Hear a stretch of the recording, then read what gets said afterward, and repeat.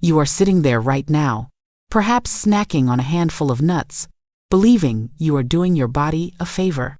You have read the magazines, you have listened to the mainstream advice, and you are convinced that this specific snack is heart-healthy and good for your longevity. But what if I told you that this very food is acting like a slow-acting poison for your prostate gland? What if I told you that the inflammation keeping you up at night, forcing you to run to the bathroom 5 times between midnight and dawn, is being fueled by the very thing you think is healing you? My name is Dr. Emily Carter. I am a board-certified urologist with over 25 years of experience treating men specifically for prostate health, hormonal balance, and sexual vitality. I have performed thousands of surgeries, but more importantly, I have helped thousands of men avoid surgery by changing what they put into their bodies. Today, I am going to reveal a secret that most general practitioners overlook.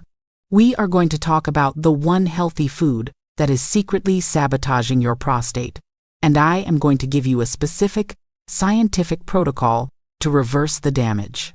Let me introduce you to a patient of mine named Thomas. Thomas came to my clinic 2 years ago. He was 64 years old, a retired engineer, very disciplined, and very frustrated. Thomas was doing everything right, according to standard advice. He walked 3 miles every day. He did not smoke. He barely drank alcohol.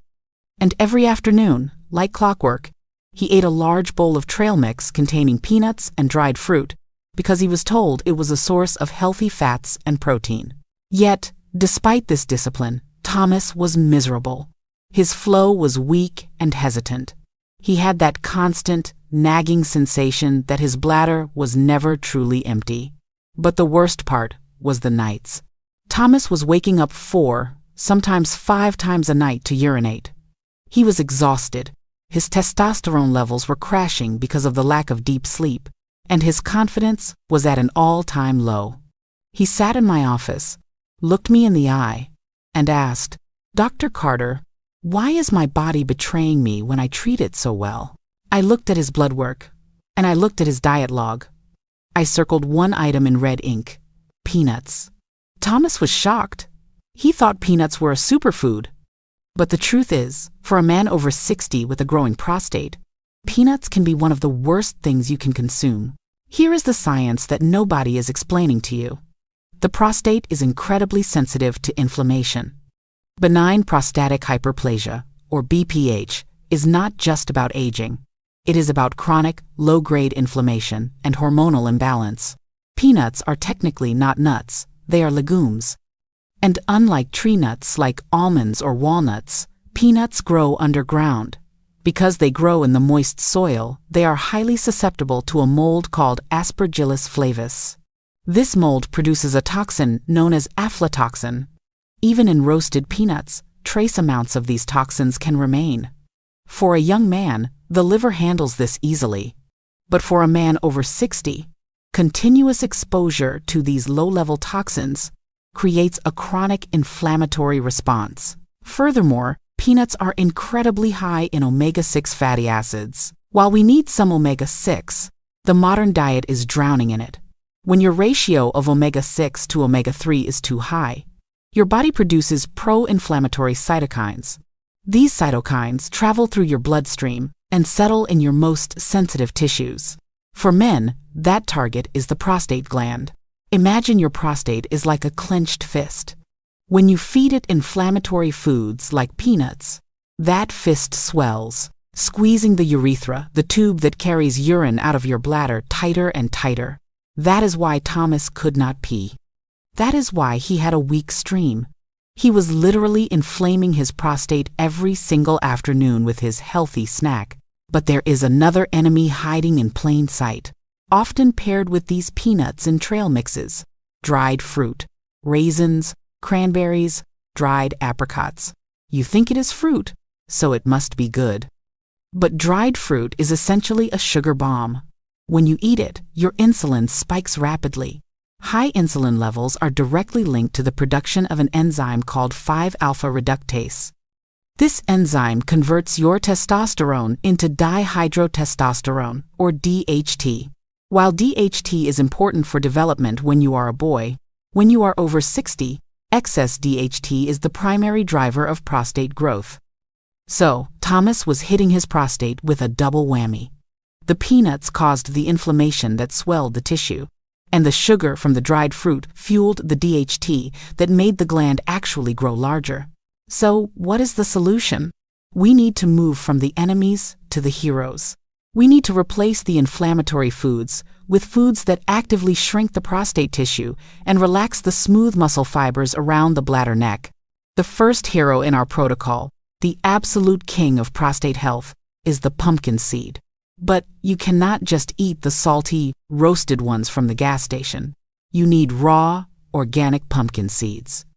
Here is the mechanism. Pumpkin seeds are one of the richest natural sources of zinc. The prostate gland contains the highest concentration of zinc in the human body.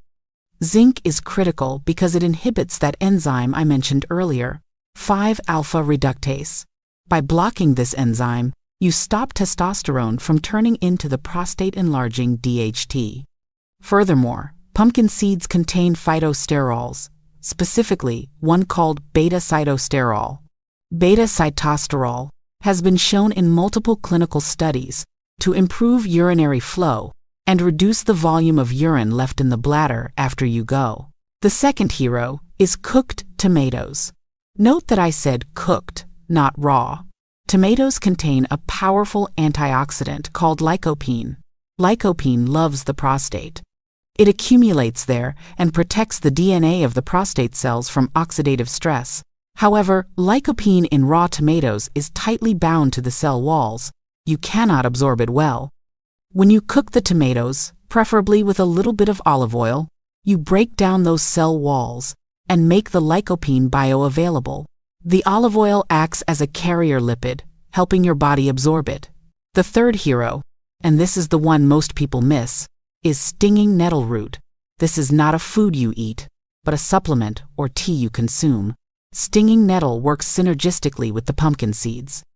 While the seeds stop the hormonal conversion, stinging nettle helps to unbind testosterone that is stuck to a protein called sex hormone binding globulin. This frees up your testosterone to help you maintain muscle and energy while keeping the prostate happy.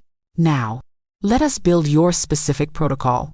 This is the prescription I gave to Thomas, and it is the prescription I am giving to you today. You need to follow this for at least 30 days to see a full cycle of cellular turnover. Step 1 is the elimination.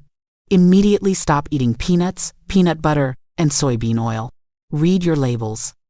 If a package says vegetable oil, it is usually soy or corn, which are high in those inflammatory omega-6s.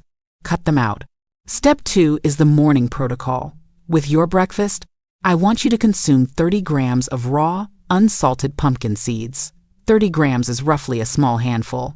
Chew them thoroughly to release the oils. If you have trouble chewing, you can grind them into a powder and add them to oatmeal or a smoothie. Along with this, take 500 milligrams of saw palmetto extract. Look for a high-quality supplement that is standardized to contain 85% fatty acids. Step 3 is the evening protocol. This is designed to help you sleep through the night. At dinner, incorporate 1 serving of cooked tomato products, tomato sauce, tomato soup, or roasted tomatoes with a tablespoon of extra virgin olive oil. Then, 1 hour before bed, take 400 milligrams of magnesium glycinate.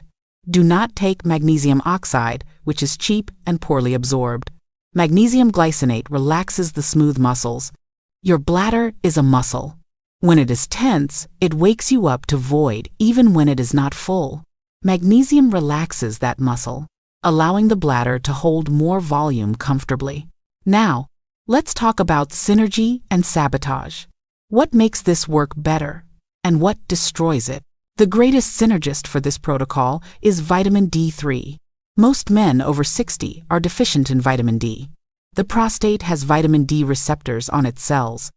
If you are deficient, the cells lose their ability to regulate growth.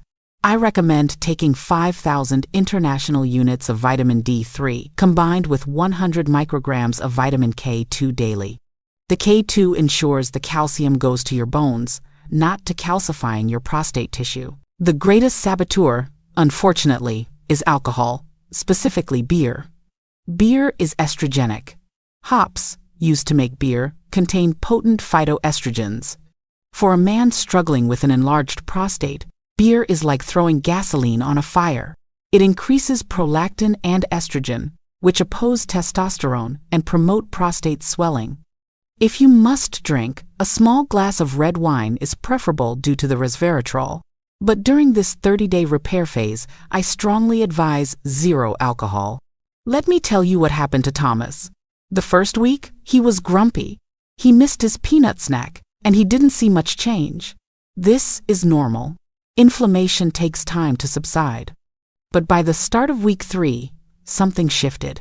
He told me he woke up at 4 in the morning and realized it was the first time he had woken up. He had slept 5 straight hours. For a man who was waking up every 90 minutes, this was a miracle. By week 6, Thomas was down to 1 bathroom trip per night. His daytime stream was strong and consistent. He no longer had to wait at the urinal for 30 seconds to start. His PSA levels, which are a marker of prostate stress, had dropped by nearly 2 points. He felt like he had his life back. He had his confidence back. And all he did was swap a toxic, inflammatory legume for a zinc-rich seed and follow a smart, biological protocol. This is not magic. This is physiology. Your body wants to heal. It wants to function correctly. But you have to stop feeding it the poisons that inhibit that function. Here is my challenge to you. For the next 30 days, commit to the pumpkin seed and cooked tomato protocol. Throw away the peanuts.